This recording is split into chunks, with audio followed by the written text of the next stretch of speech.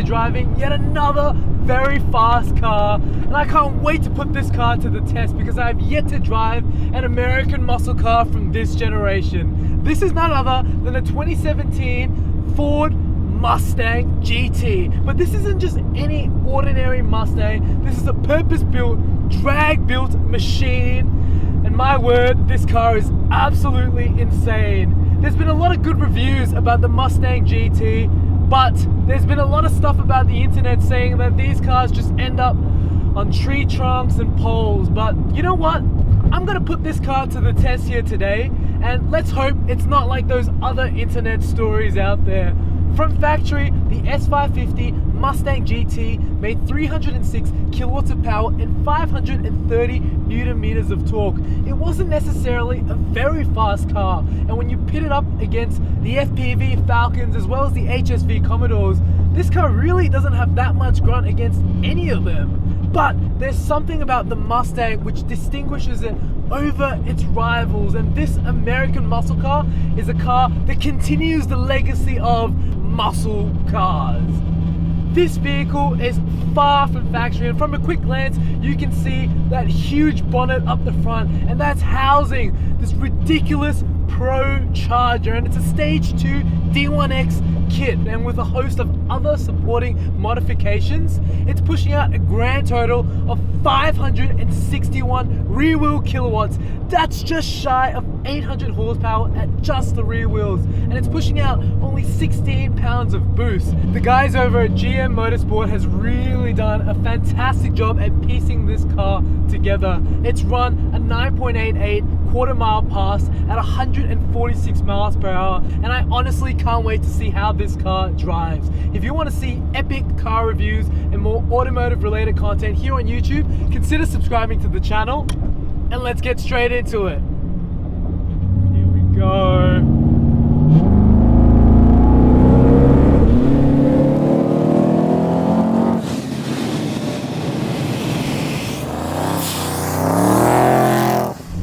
Generation Mustang got released, it took the world by storm because it was a car that wasn't just about the muscle. It added a level of refinement, and people were allowed to use them as daily drivers. They were comfortable, they were quick, they were sporty, and they looked the part as well. It really combined all the elements of a muscle car into a very usable and practical sports car.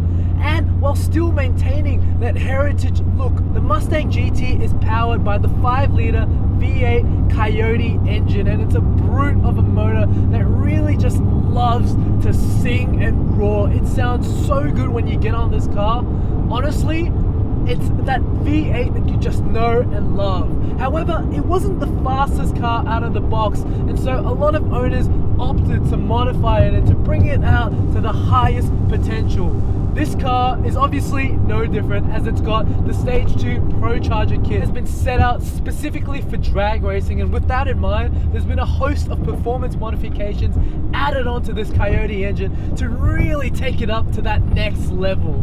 The modifications on this car include 2,000 horsepower drive shafts, spiced aluminum one-piece tail shaft, E85 and 98 tunes. You've also got Viking Crusader double adjustable rear shocks, Ibark sport springs all round on a set of Forged Star F14 drag wheels, and they're 18 at the front, 5-inch wide, 17 at the rear, and 10.5-inch wide.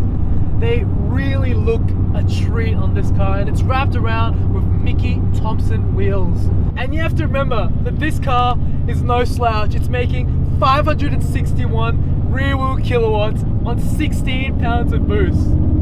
Shall we? Here we go.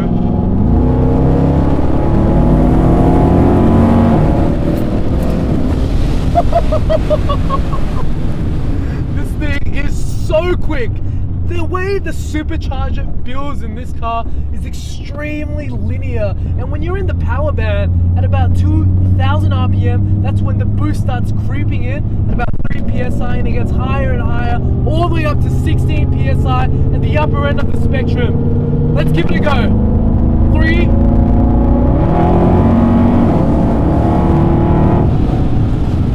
Oh my lord! You can hear that supercharger whine and whistle.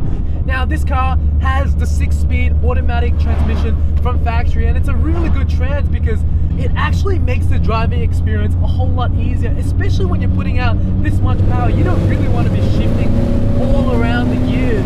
When you're going hard on boost, you just focus on the straight line speed and aspect about driving this car, which is so cool. Normally you've got a lot of things going on, but I can just focus on going straight, and it's pretty hard in a Mustang. So let's try it again, shall we?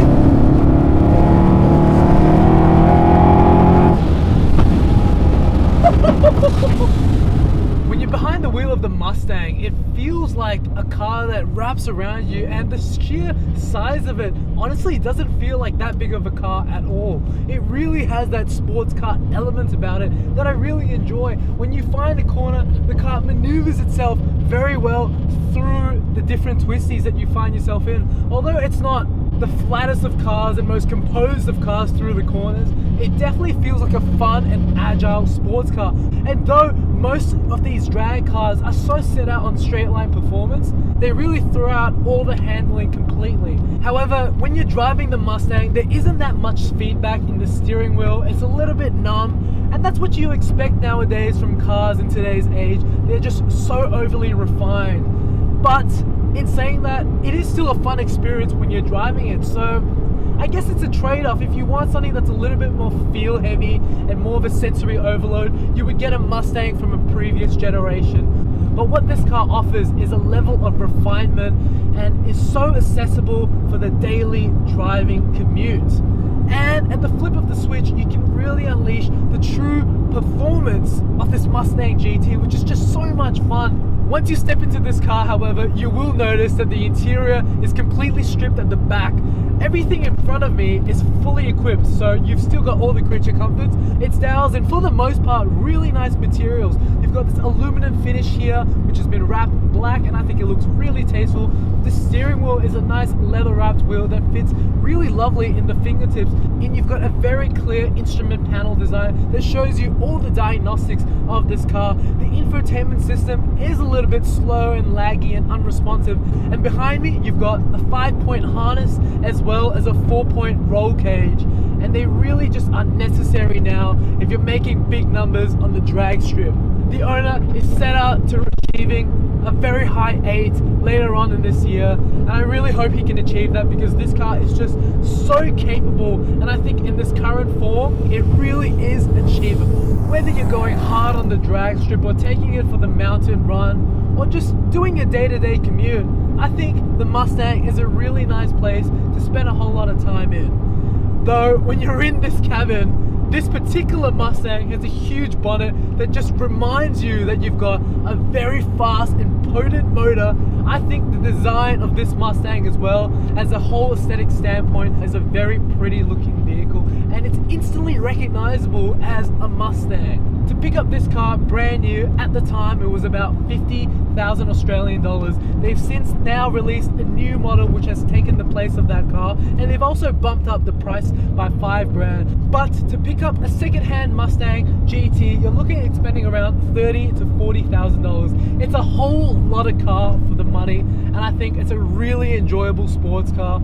And if you're looking for a naturally aspirated V8 engine, you can't go wrong with this car. Since the abolishment of Ford and Holden out here in Australia, you really aren't left with many choices. I drove a 1965 Mustang that was built to a very similar drag specification that also ran a 10-second quarter-mile pass. And when I'm driving both of these cars, in my head I can recollect the way that that car drove and handled and the way it looked in the cabin. That car was the origin of the Mustang heritage, and when I'm driving this car out here today, it honestly pays homage to that car in so many different aspects. Yet such a modern car with so much refinement, it definitely still holds true to that nameplate, and I just can't get enough of how great this car is. I want to say a huge thank you to the owner Wayne from GM Motorsport for letting me drive their pride and joy. They've really done a fantastic piece of work at building this car and getting it to such a high standard. I've really enjoyed it. If you guys also enjoyed this video, please make sure to give this video a thumbs up. And the comments below. Tell me what you like about this Mustang GT, and as well as that, consider subscribing to the channel, and I will see you guys in the next video. Please take care. Bye for now.